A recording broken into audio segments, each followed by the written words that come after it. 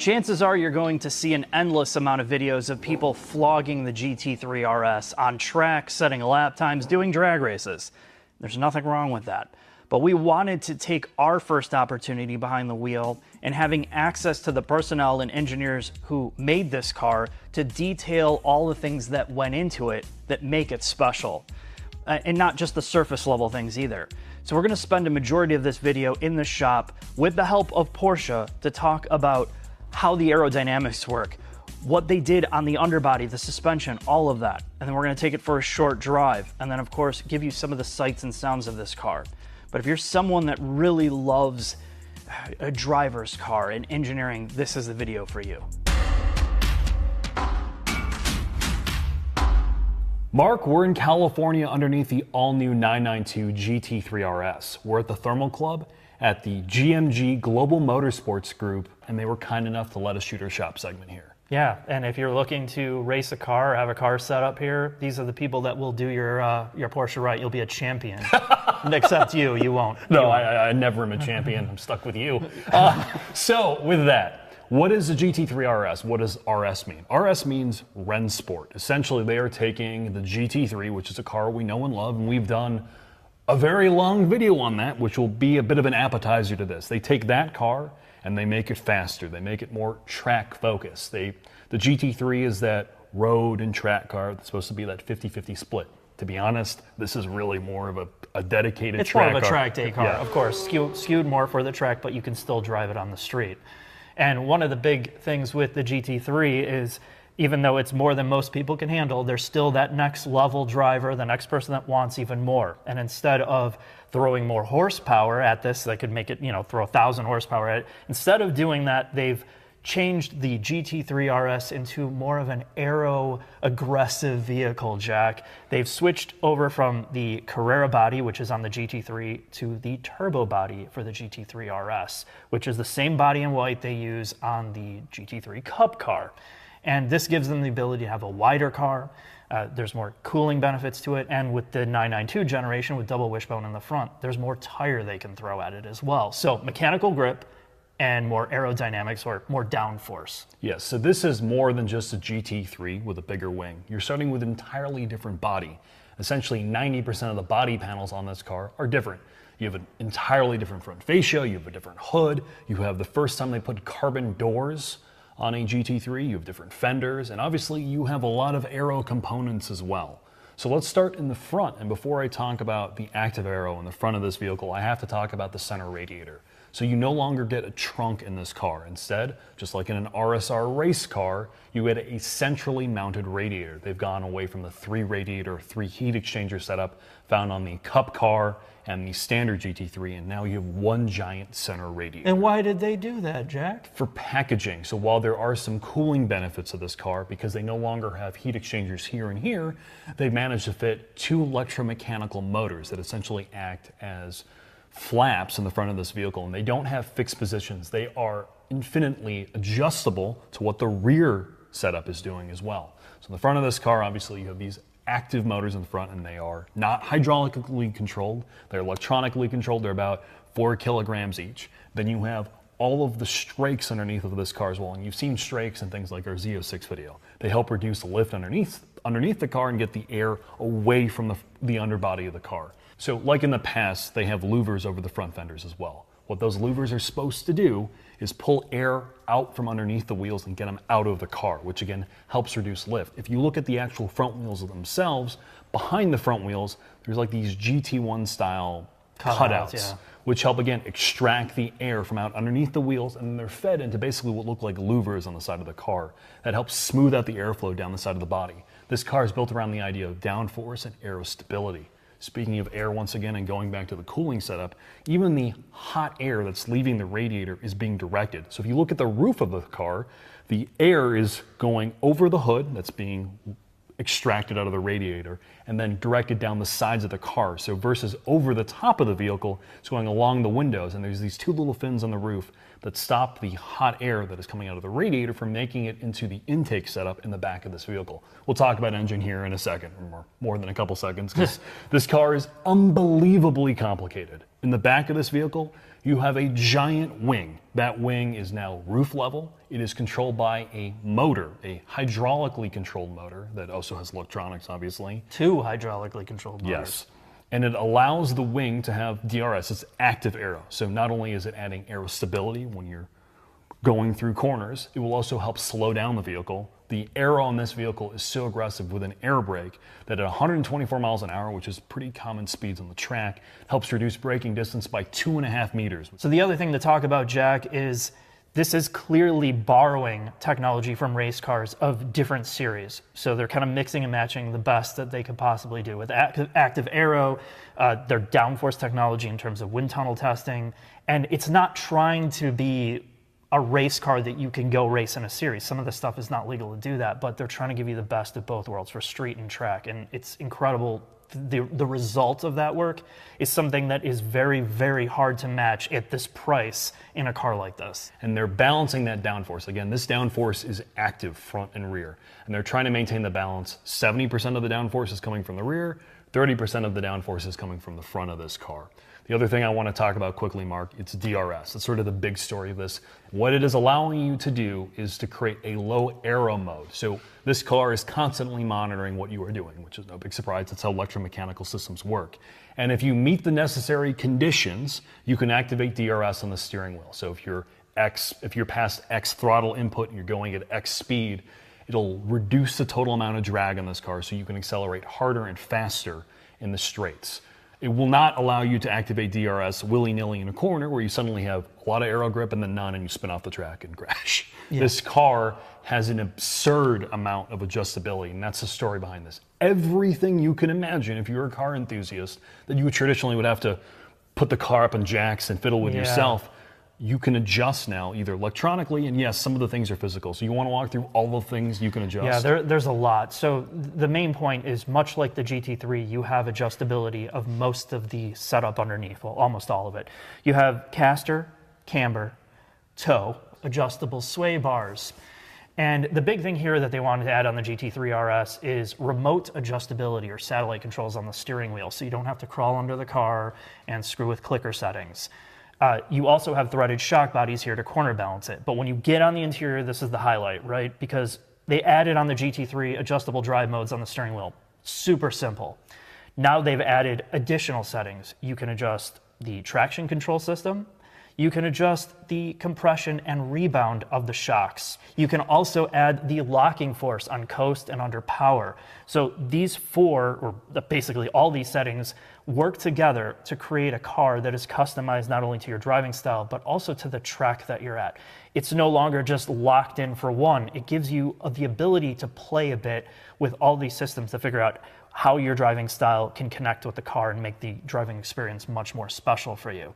Now, there's a lot more that goes into those individual settings, of course. It's not just black and white, but the big thing is, the concern is, with all of these systems, how do you go out there and know that it's right? And Porsche has told us unequivocally they looked at this when they set up the electronic part of it. They didn't just go like, well, if you turn these knobs to +4 on the shocks and then you lock the diff, you're not going to get in a corner and the car is going to go into a wall. That's not how it is. These are in the safe zones of adjustability. So no matter if you have a setting more screwed up on here, it's not going to turn the car into a disaster. And that's something that they thought about, safety first, but it still gives you a good range of adjustment. So let's get into the clicker settings for the remote clicker settings for the shocks. It allows you to go +4 and -4, Jack. So what does that do?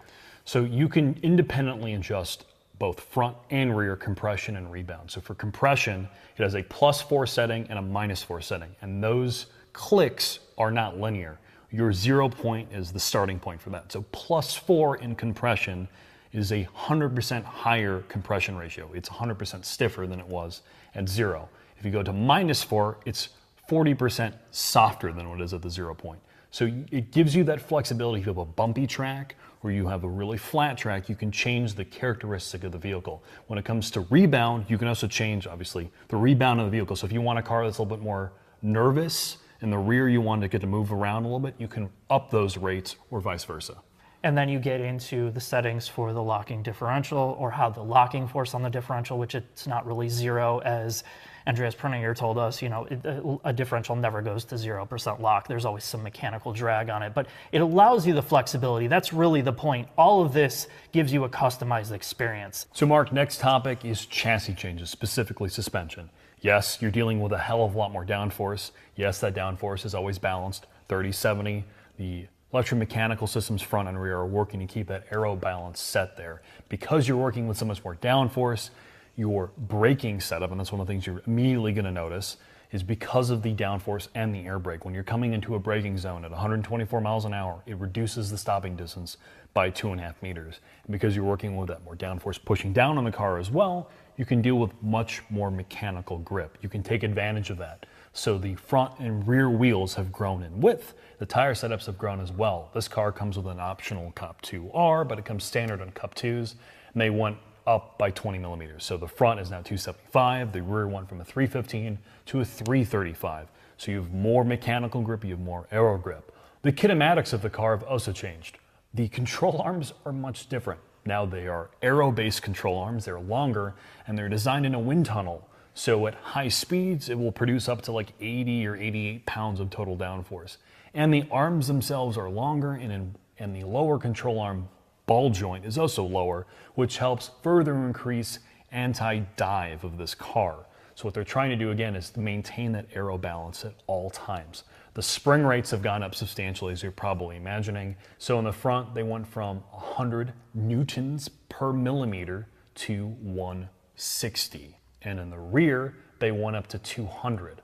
So you're looking at nearly a 50% total increase in spring rate.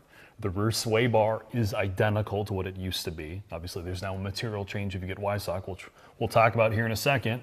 And in the front, they've actually gone about 50% softer. Because the stiffness of the car has gone up so much with the spring rates, they could soften up the front sway bar. Yes, they are still adjustable. And if you get the Y-Sock setup, which is a car that we are underneath, the sway bars are now carbon fiber. While it was not done for increased appearance. Yeah, it was done for weight savings. It's unsprung weight. They drop about 3 to 4 pounds. So again, that's that strategy of trying to find every single detail. And that's a lot of weight for something like this low down on the car, to save that type of weight. And in terms of weight, what is this compared to the GT3? So you're looking at about a 100-pound weight gain with the Gt3 Rs. And again, if you think about it, bigger body, all of the aero components, bigger wheels and tires, and brakes. So in the steels, yes, you can still get this car as steels, and the reason you would do that is if you're tracking this non-stop and you want to deal with consumable cost, steel rotors are cheaper. You can also get this with PCCBs, which is their carbon ceramic setup. In the steels, at least, the front rotors are a little bit thicker, and the piston sizes have gone up. And that's really it from a suspension perspective, other than the fact that you can adjust everything, and we've already talked about that. There is a brake pad change on the steel rotors on this as a more track focus pad, and of course materials have changed. But other than that, Jack, where are we going next here? So next thing, Mark, is transmission. It's still a 7-speed PDK, which is lighter than the 8-speed PDK found in non-GT models. The gear sets are the same as they are in the GT3, however the final drive ratio is more aggressive, so it effectively feels like shorter gears. There's also increased cooling. There's a NACA duct on the bottom, and the overall cooling strategy and the programming of the gearbox is again more aggressive to deal with the fact that this is a much faster, more capable vehicle than the standard GT3. And no, you cannot get this thing with a manual. It only comes with a PDK. In the rear, you have that programmable diff that allows you to change the character of the rear end on power and coast. Which is a torque vectoring unit. Yes. So if you want this thing to have a little bit more stability leaving a corner, you can program for that. Or if you want it to be a little bit more sideways or tail happy, you can do that as well. The engine, it is effectively the same unit that you find in GT3 and GT4 RS. It's the 4-liter, same thing that you find in a Cup car. However, that now has hotter cams, a different induction system. So total, you're looking at like a 25 horsepower increase. It makes peak horsepower at the very top of the RPM band. That hotter cam or more aggressive cam, you'll notice between 6,000 and 9,000 RPM. The other thing is there was a head change. So they've remanufactured the head, or they've changed the head design for smaller oil passages. So the oil itself, under really high Gs, no longer pull in a corner and cause any problems. Not that that was a problem to begin with, but they're trying to get ahead of it if it causes any issues. Because this is creating a a huge amount of G load on the car and all the mechanical systems. Yes, but Mark, I think we've talked about nearly everything on this car, and it's time for us to go take this for a quick drive. Sounds good, Jack. Let's do it.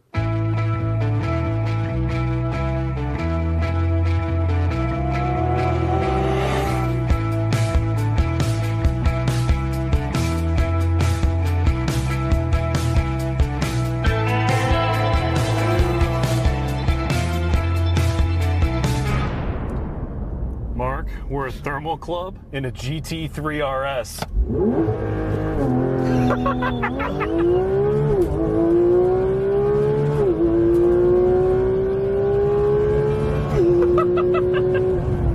Oh my God, man, this thing is, every time we get into a GT3, GT4 RS, now this, it's like, you know, the limits, Mark, are so high in this car. We were talking about it off camera. What do you tell someone? Tell someone I'm gonna throw up. Holy shit, dude, this is like, the limits are so high in this car. We're not even on the Gt3 Rs. I mean, this is a total tool for somebody that is top level driver that wants to treat themselves with one of the best street cars on the planet on the track. That's what this is. You have to understand how suspension works. You have to understand how to use the aero to your advantage. You have to understand how to be smooth. Oh, this thing is just amazing. I'm not kidding. You're gonna have to let me out. I'm serious. I'm not even joking. So pull in and let me out because I don't want to puke on you.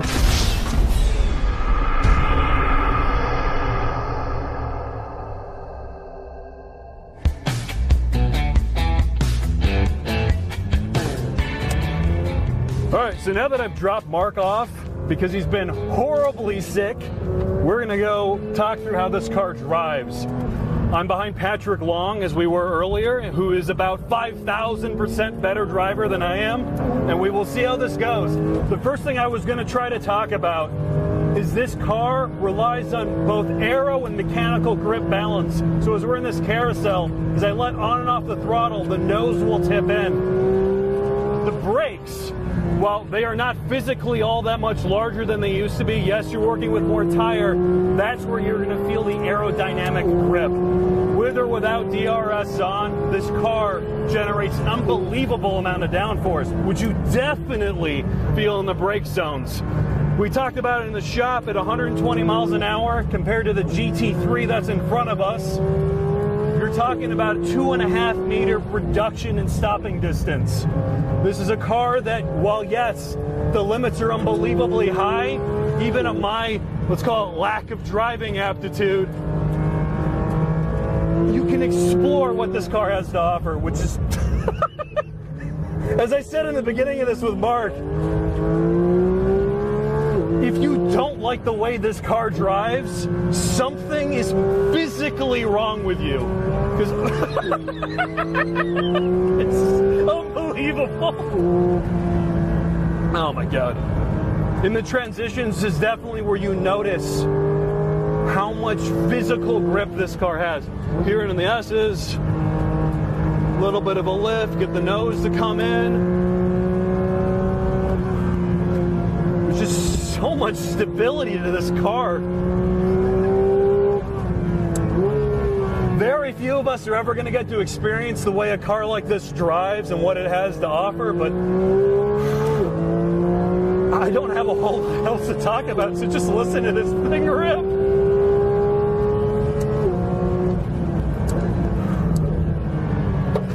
Brakes.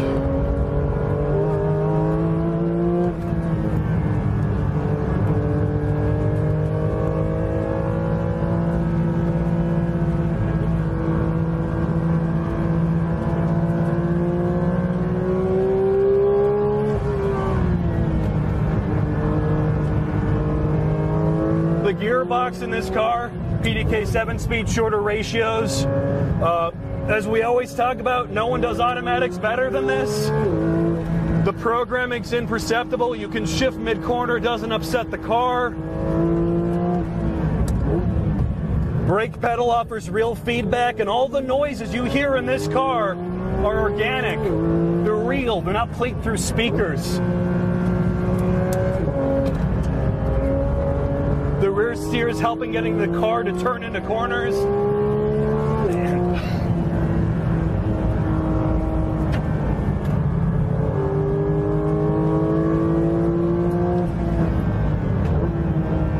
Well, with that, I think it's time to see if I can get Mark to drive this thing solo without being horribly sick all over himself and me.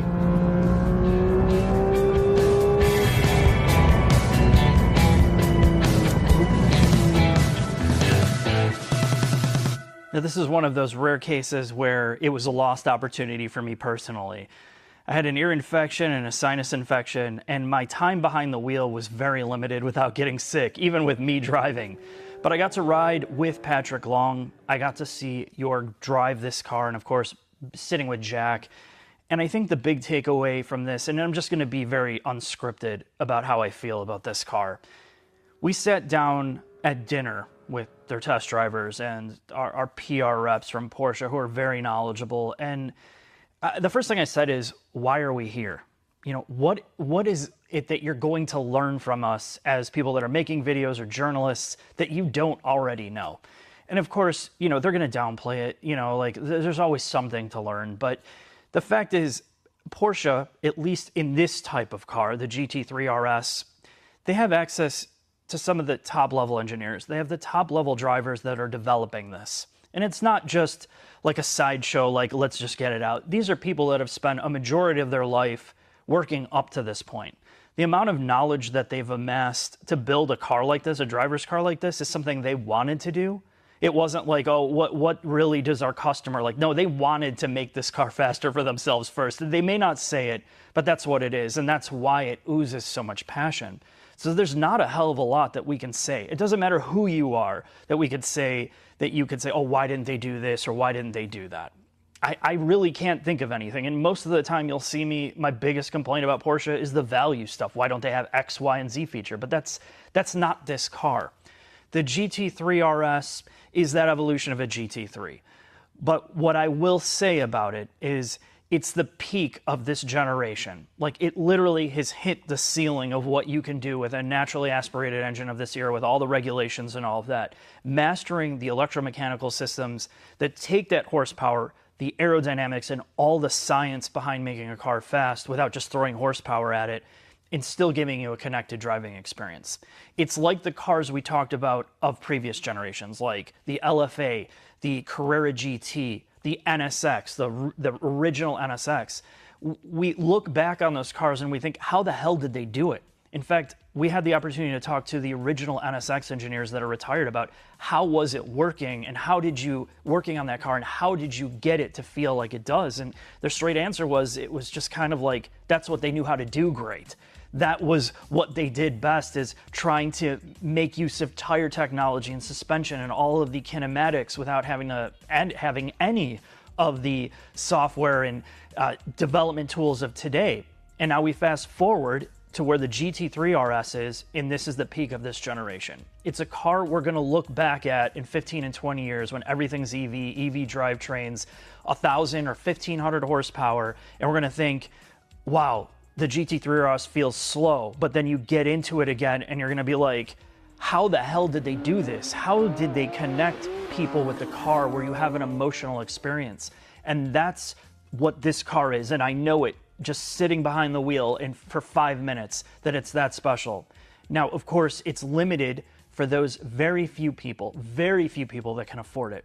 And I'm gonna tell you this, if you have that type of money, it literally is a no-brainer. It's like you don't even put a price tag on this car for how special it is to drive at the limit.